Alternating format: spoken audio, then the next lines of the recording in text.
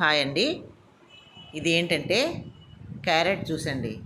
అయితే ఉత్తి క్యారెట్ ఏం చేయాలంటే మనం ఇంకేమి ఎక్కర్లా. క్యారెట్ని నీట్గా పొట్టు చెక్కేసి కడిగేసుకొని కుక్కర్లో ఒక విజిల్ వేయించండి. ఒకే ఒక విజిల్ వేయించండి. వేసిన తర్వాత బాగా చల్లారిన తర్వాత ఏ అయితే కుక్కర్లో మనం ఈ ఉడకబెడతాం కదా ఆ వాటర్ వేసేసి ఈ క్యారెట్ దుంపలు వేసేసి చక్కగా ఉడికిపోయి ఉంటాయి కదా, అందులో పంచదార కానీ అలాగే బెల్లం కానీ వేయకోకుండా ఖర్జూరం తెలుసు కదండి మనకి.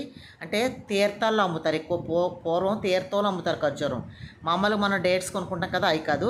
ఖర్జూరం పిక్కలు అవి ఉంటాయి కదా, తీర్థంలో అమ్మే ఖర్జూరం పిక్కలు తీసేసి చక్కగా స్వీట్కి సరిపడా ఎక్కువైతే 4 ఎక్కువ వేసుకోండి, లేదంటే 2 తక్కువ వేసుకోండి.